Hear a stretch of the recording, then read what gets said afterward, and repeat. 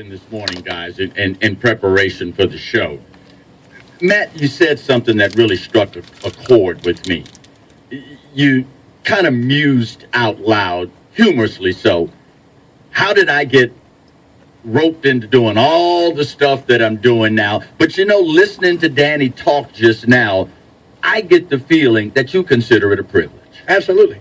It hits a special note with me, and I've got a cousin that was a captain in the U.S. Army. My dad and my stepmother both were in the U.S. Navy for Vietnam.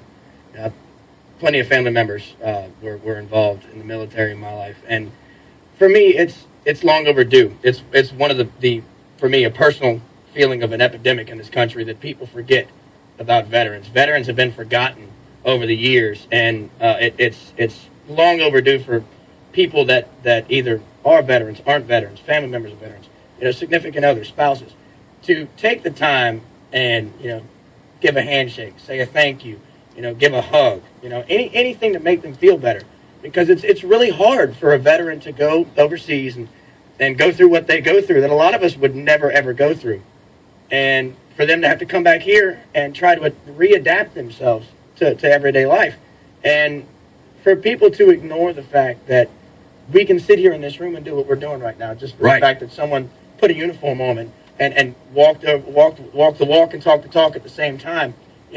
For me, it's not even really, it's not a thing that I want to do. It's almost a feeling of an obligation, kind of like, when someone does something nice or someone changes a tire, what do you tell them? You tell them thank you. Right. Well, someone is signing a piece of paper that is ultimately signing their life away if something were to happen to them. And, a thank you is a small thing you can do. So I feel like it's a personal mission for me to be able to take every resource I have, whether it's playing music or using the social media resources I have or the personal contacts I have, anything that I can use to get awareness and to get recognition and overall praise towards anyone who served in our military is it's something that everybody should do.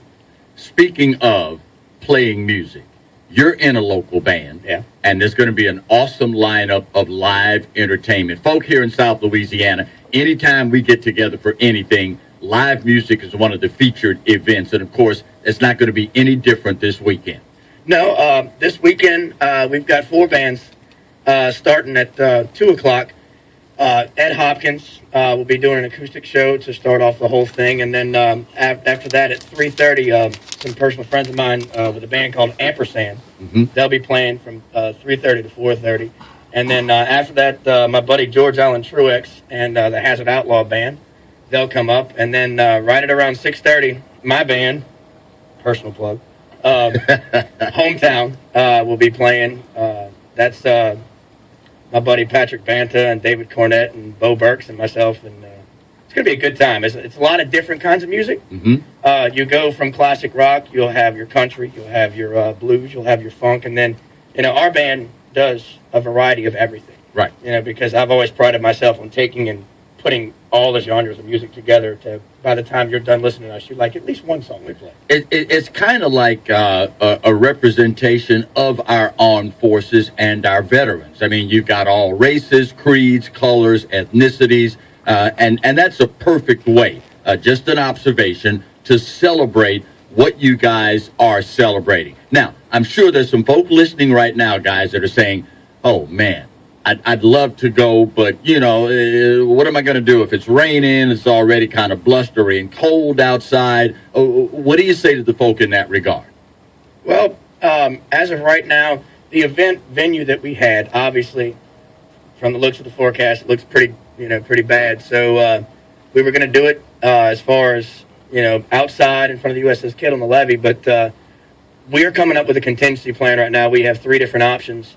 And I don't want to name the options off yet because I don't want anybody to get the wrong idea of where we're going to be at. So what I'm going to ask is that people pay attention to the Facebook page. Go to the Baton Rouge Veterans Tribute page, and you get on there and pay attention to the updates. Like the page. If you want, go to my personal musician page. Anything that's shared on the Baton Rouge Veterans Tribute page is going to show up on my page as well. And hopefully that decision will be made relatively soon so that the folks that tune in that don't do Facebook You guys will give us the word here at Talk 107.3, and of course we'll help disseminate the location as well. That decision will be made today, one way or another. Outstanding, outstanding. So again, give us the who, what, where, how, when, why before we wrap up this segment, Danny. Basically, also we're going to have Constant Delpit. Thank you again. She'll be singing the national anthem for us. Outstanding. The Central ROTC. ROTC program's doing the presentation of colors. Great. Thank you for volunteering on that. Great and also on the subject of Central High School ROTC, I want to get this out so everybody knows. They're actually trying to do away with that ROTC program in Central. No. Yes. Mm-hmm. That's why I reached out to them. Let them be seen in our community, helping out. And they're also going to bring their petition. Everybody sign it, and let's keep this going. Please. I know me personally, I was in the ROTC at Woodlawn. You and I both at Glen Oaks. It helped me a lot. Yeah. Outstanding. Outstanding. Well, guys, girls, check them out on Facebook. And, of course, keep it locked in right here to Talk 107.3. As soon as we get the word, we will pass it along to you. Danny Fontenot, Matt Kayda, thank you for the work that you do on behalf of the community. We love you guys for that. First break of the hour on Talk 107.3 WBRP. Local topics, the most local voices. Simply the